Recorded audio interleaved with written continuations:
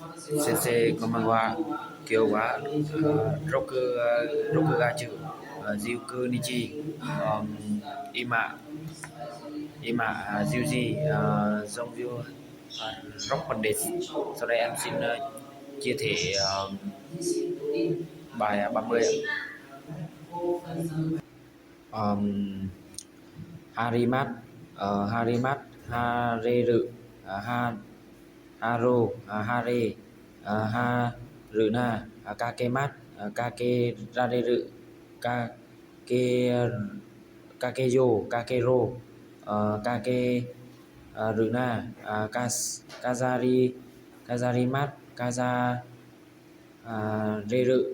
Kazaro, Kazare, Kazaruna, Narabemat, Narabe Rareru, Narabe Yo, Narabe Ro, Narabe Runa, Uemat, Ue Rareru, Uae Yo, Ue Ro, Ue Runa, Modo Simat, Modo Seru, Modo So, Modo Se, Modo Suruna, Mato Memat, Mato Merareru, Mato Me Yo, Mato Me Ro, Mato Me Runa, Kata Chukemat, Kata Chuke Rareru, Kata Chuke Yo, Kata Chuke Ro, Kata Chuke Runa, Simai Mat, Sima Eru, Sima O, Sima E, Sima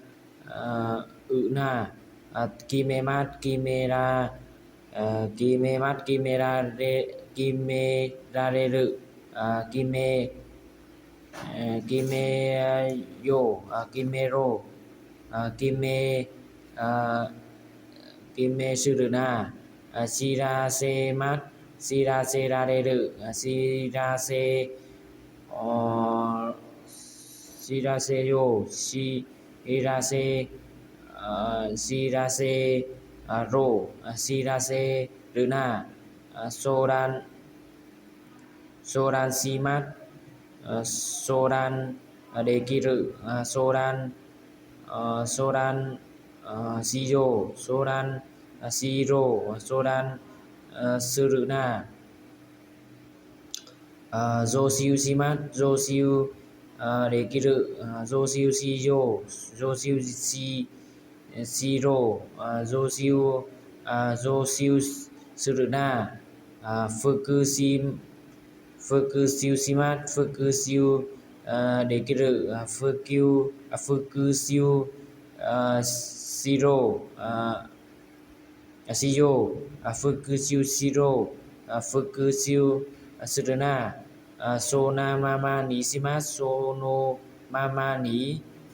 Dekiru, Sono Mamani Siyo, Sono Mamani Siro, Sono Mamani Suruna, Sensei Isoret